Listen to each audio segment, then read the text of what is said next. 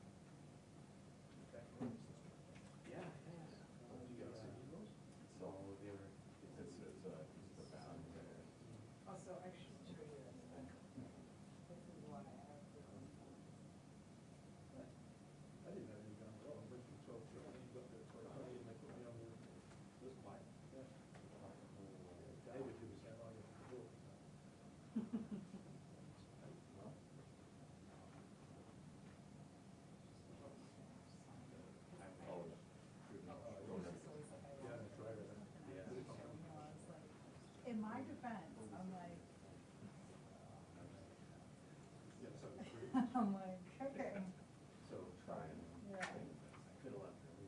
Well, you have to be too good at your job, kind of. Yeah. I was, It's annoying. yeah, exactly. Maybe two salaries. Yeah, seriously. Well, that's other thing. I think they're why do I have to, like, I went up there, she went to the dog, scroll through the files, but no. So you could say, We're just like, I got some love. I got some leverage. that's the thing. But I would be like, it is what it is. I'm not going back and forth. I'm not touching the camera when the event starts. Like, but it would still look better than where stuff you shoot. Yeah, do good. Yeah, just create a hotspot. Every now and then you got to refresh it, especially if you do. Yeah, we're looking at like probably 1201, 1202. All right, that's all right. I'll let that. Okay, so it's just. Yeah.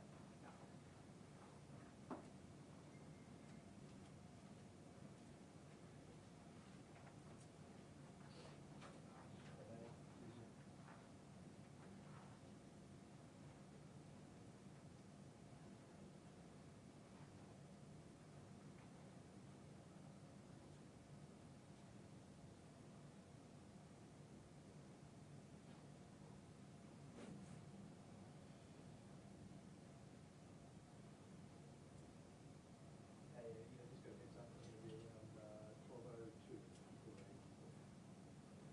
Yeah. Okay, thanks.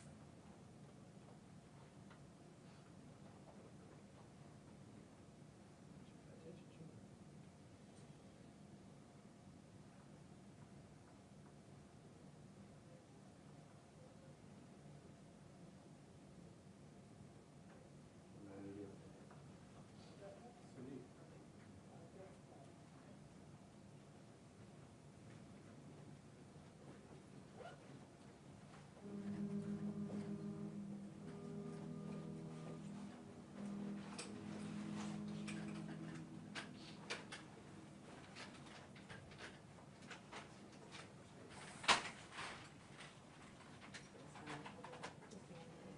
Pardon me? Oh, sure. No problem. Whatever works for you works for me. Just gotta watch the table. Should be all right. Okay, thank you. Very much. Okay, where's the So table? once you're, I'm not sure. Oh, wireless. wireless. For not to get my steps in during the workshop, but.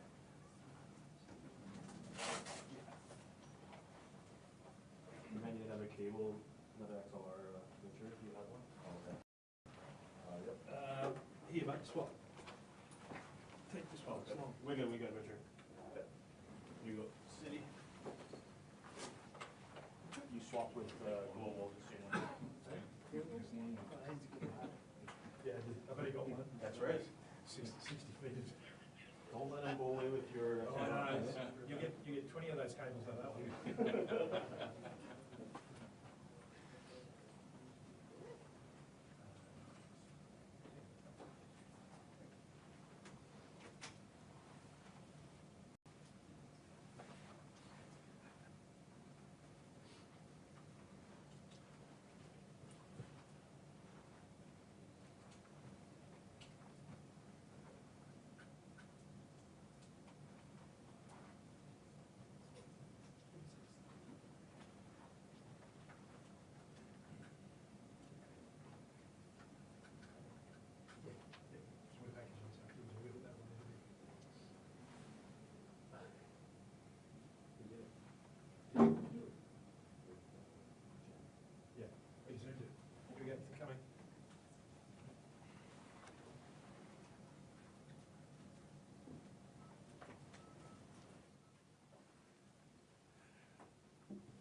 Good morning, everybody. Thanks for joining on short notice. This morning, Canadian workers woke up to news that despite them doing nothing wrong, working hard, playing by the rules, supporting their families, that they are about to be hit by, the companies they work for are about to be hit by 50% tariffs that are inexplicable and indefensible. There are many of those workers in British Columbia. They work for plywood companies, veneer companies. They produce products made from aluminum. They produce electronics products. They produce seeds and shrubs and bulbs for gardeners. And they provide high-quality products at an affordable price for Americans. And for doing that, they are now rightly, seriously concerned for their jobs. About 2 years ago, I shared with British Columbians my perspective that the Trump tariffs are an economic attack on our province and on our country. I think the recent developments in this negotiation, I hesitate to even call it that, with the President's team, by our hardworking team from the federal government, I think they've really revealed the true nature of what the Americans are seeking from the White House in terms of their relationship with Canada. The suggestion that Canada would not trade with other countries or reduce our trade with other countries because the Americans tell us to would reduce us to the economic equivalent of the 51st state. It's never acceptable to Canadians, and the Prime Minister and his team rightly walked away from any suggestion that we would agree to that. In fact, as Canadians and as British Columbians, what we need to do is the complete opposite, and it's what we've been doing since this started. And even before then, we've been diversifying our markets. We've been doing trade missions to other countries, opening trade offices, finding countries that want to trade with us because British Columbia and Canada has, in the Prime Minister's words, what the world wants. We're proud of that in British Columbia, and it is how our province has been able to grow despite a full frontal attack from our closest trading partner and, up until this point, our closest ally in the world.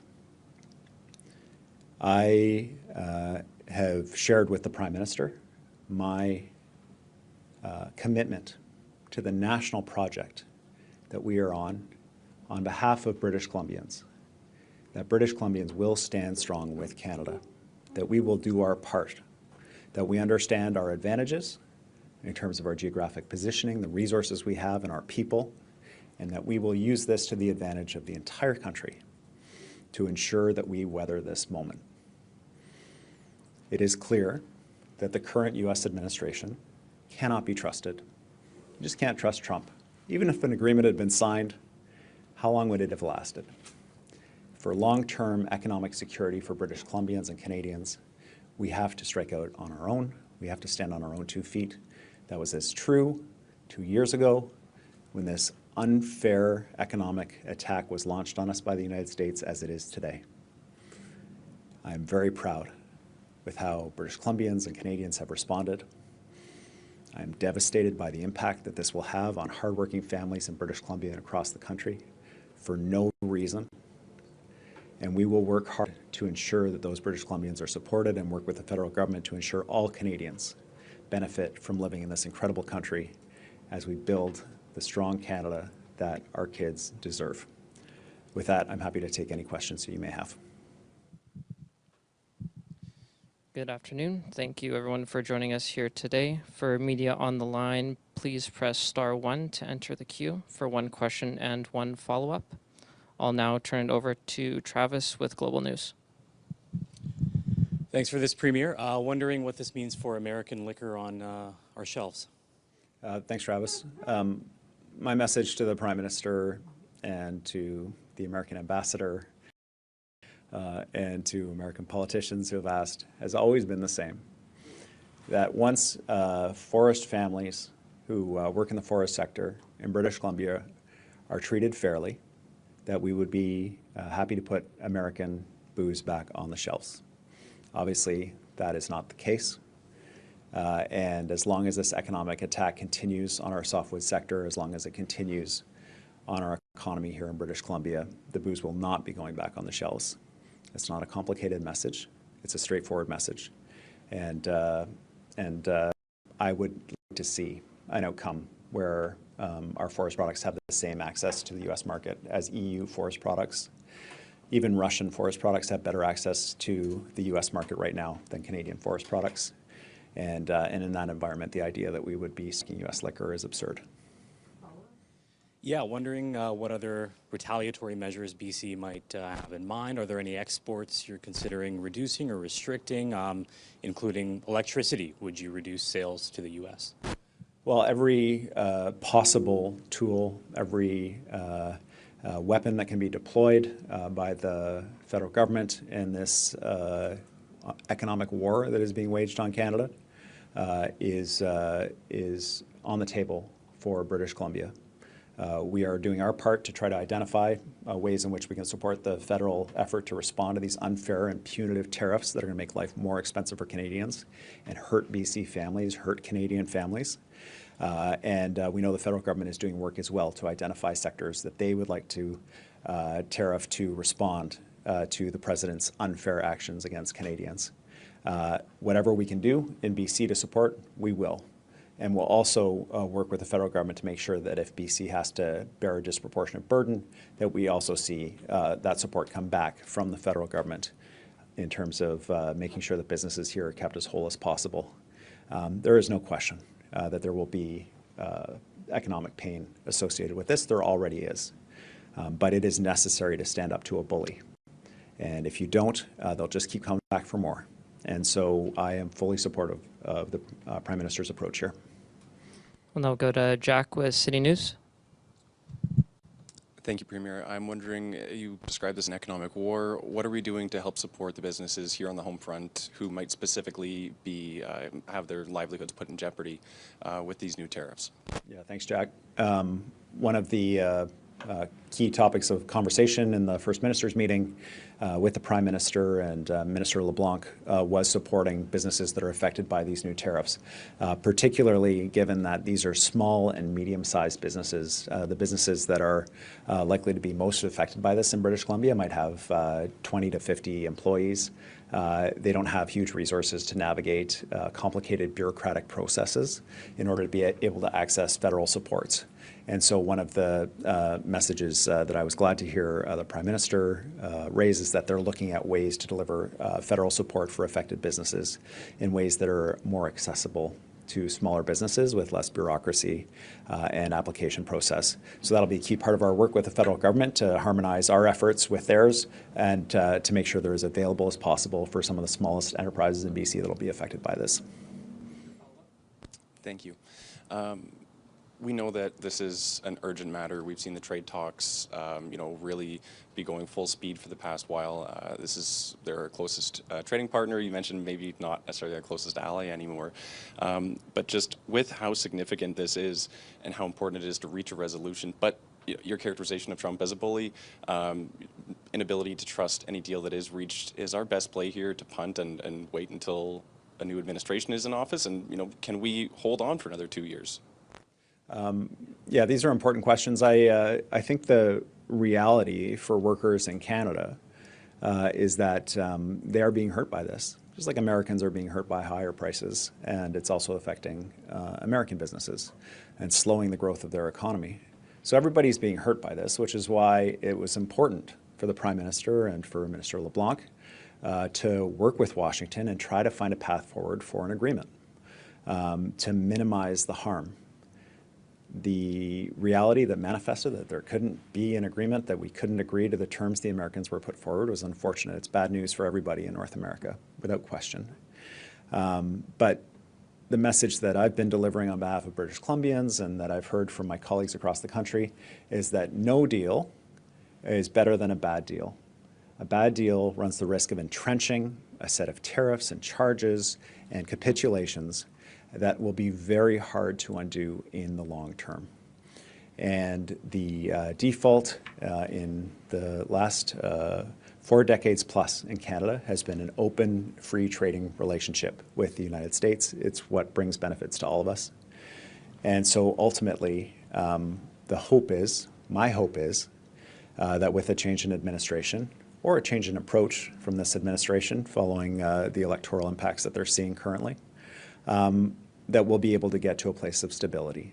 But I think the idea that our relationship with the United States is going to go back to what it was is folly. It has changed. It will not go back. And as a result, we have to do the uncomfortable but necessary work of reaching out and increasing our trade diversification around the world to ensure that we will not be held hostage in the way that the president is trying to right now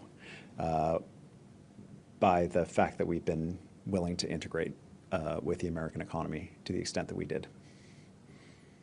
We'll go to the phone lines next, starting with Mike from the Globe and Mail. Go ahead, Mike. Thank you. You touched on the demand to have a say in Canadian trade. What were other demands that were deal breakers for you? There were a couple components that were important to me, Mike.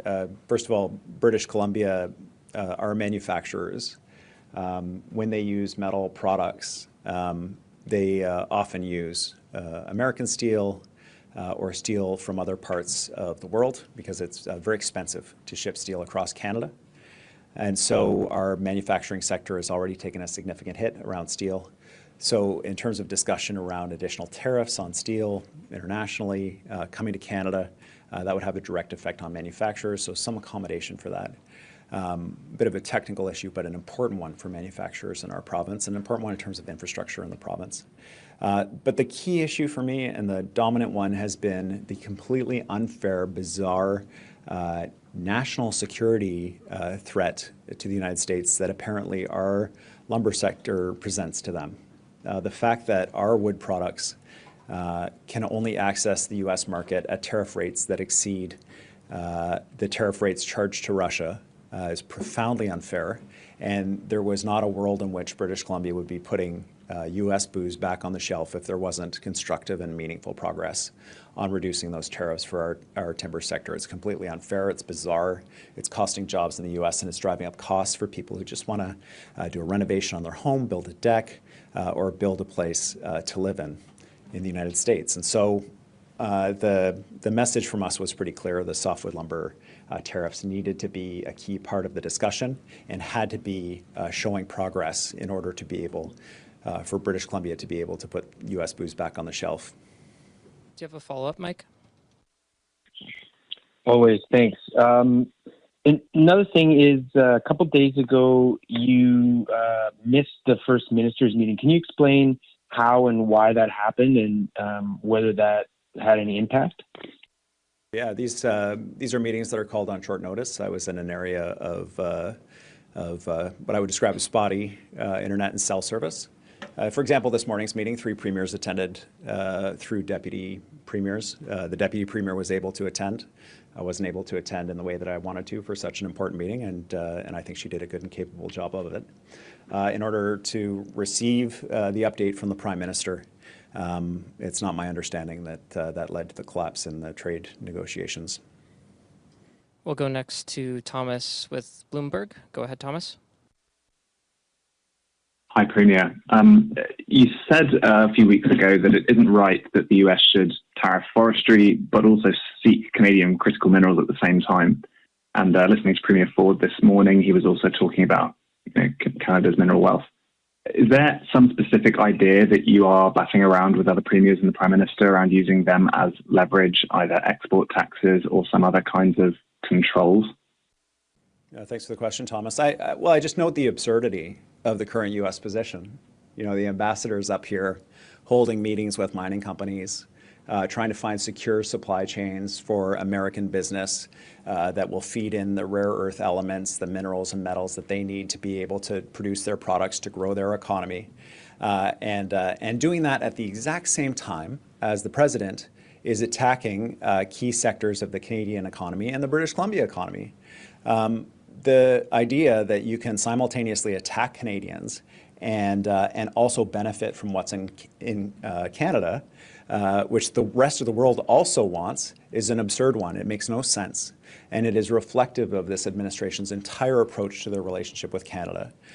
They want to have all the benefits of a relationship with Canada, but they also want to punish Canadian workers, to bully us, to tell us who we can trade with. It is the definition of an abusive relationship. They cannot have a positive relationship with Canada and benefit from what is in this country, while at the same time attacking us, running us down, and saying that they want to take us over. And so that contradiction is one that needs to be addressed in terms of the American administration, because from my perspective, in terms of Canada having what the world needs, we got lots of other dance partners out there. And we'll be doing a lot of work here in British Columbia. I know the federal government will, to be expanding our trade around the world. And the Americans can make up a decision about where they'd like to go, but that'll be without Canada, in my opinion. Do you have a follow-up, Thomas? Yeah, no, thank you for that answer, Premier. So is there any kind of control or restriction being contemplated, or is it more about more aggressively pursuing other customers for copper, nickel, iron, all these things? As I said before, every tool is on the table for British Columbia. We are fully supportive of the federal government's effort to identify sectors that will bring to the attention of the Americans the importance of our trade relationship and how it benefits all of us. Because the Americans, to put it politely, are taking us for granted. And they don't clearly understand how significant and entrenched our relationship is and how much they benefit from it. I am I'm full speed ahead in terms of how can British Columbia help? How can we pitch into this federal effort across the country to get the Americans' attention as they levy 50% tariffs on sectors in Canada that will cost jobs here and will cost Americans more money at the end of the day? And critical minerals are certainly part of that. We can't have a country that wants increased security and stability for themselves while creating instability and uncertainty in British Columbia and Canada. We'll go next to Alyssa with the Fraser Valley Today. Go ahead, Alyssa. Hi, thank you. So how is the province supporting BC's especially trade-exposed cities like Abbotsford, which more than 90% of local exporters mainly ship out to the U.S.? It's an important question, and on our math, British Columbia is one of the most exposed provinces to this recent round of tariffs, and overall in Canada, one of the most exposed to the Americans' trade war against us to date since Trump took office. The disproportionate impact on British Columbia of the president's actions, as well as the disproportionate impact on our province of federal counter tariffs, particularly on steel and metal products, is a conversation that we've been engaged in with the Prime Minister regularly. It did lead to the Prosperity Agreement and the significant work by the federal government to support British Columbia, critical infrastructure, development of major investment projects that we are very proud of that will assist with trade. All of those pieces work together, and we will have to work closely with the federal government on ensuring that Abbotsford businesses, the businesses in every corner of British Columbia that engage in export that are affected by this, are supported through this challenging time. I struggle to believe that this current approach from the United States will last, given the impact on costs it's having on consumers there. This is a 50% tax on Americans on plywood and veneer as just one example. But it is reality now, and it will cost jobs now, and so those businesses need support now. The Prime Minister understands that clearly. I underlined British Columbia's position in our conversation this morning about the supports that are needed, and I feel that, that the federal government gets it, and they'll be here for those businesses in partnership with the province. Do you have a follow-up, Alyssa? Yeah, like, are there any interprovincial measures being taken to support those smaller businesses? Yes, the provincial trade ministers are meeting next week. British Columbia will continue to advocate for free trade across the country, including support for other provinces joining the Western Free Trade Agreement that we have with other provinces in Western Canada, and also support for the federal government creating an opt-in structure where other provinces can opt in for free trade across the country. We need to be our own best customer. We need to be buying from each other, and it's something British Columbia is a strong supporter of that will benefit BC businesses without question. Okay, we have time for one last question, and we'll go to Jared with Sitka Media. Hi, Premier. So everyone's made it pretty clear that the issue is with the American government, not with the people. But there are a number of American investors in BC resource projects who might support the current administration. You said everything is on the table. Would you consider maybe limiting the ability of those who are propping up this administration to invest in BC's resources? The key interest and the key value that I think British Columbians would support, and I think that Canadians support, is that we're all going to work together as a country to do two things. One is to strengthen ourselves as a country so that we're less dependent on the United States and our kids don't find themselves in a similar position ever again. And that's in trade diversification, it's building up our infrastructure, and so on. The other piece is man, is it frustrating to have a country that gets so much good stuff from Canada and then turns around and treats us like something they found on the bottom of their shoe. And so we need to send a message to them to stop taking Canada, stop taking British Columbia and all the provinces and territories for granted. And whatever tools are available to do that, British Columbia is game for that. And I have expressed that to the Prime Minister. He and his team are putting together an initial list. We're providing feedback to them.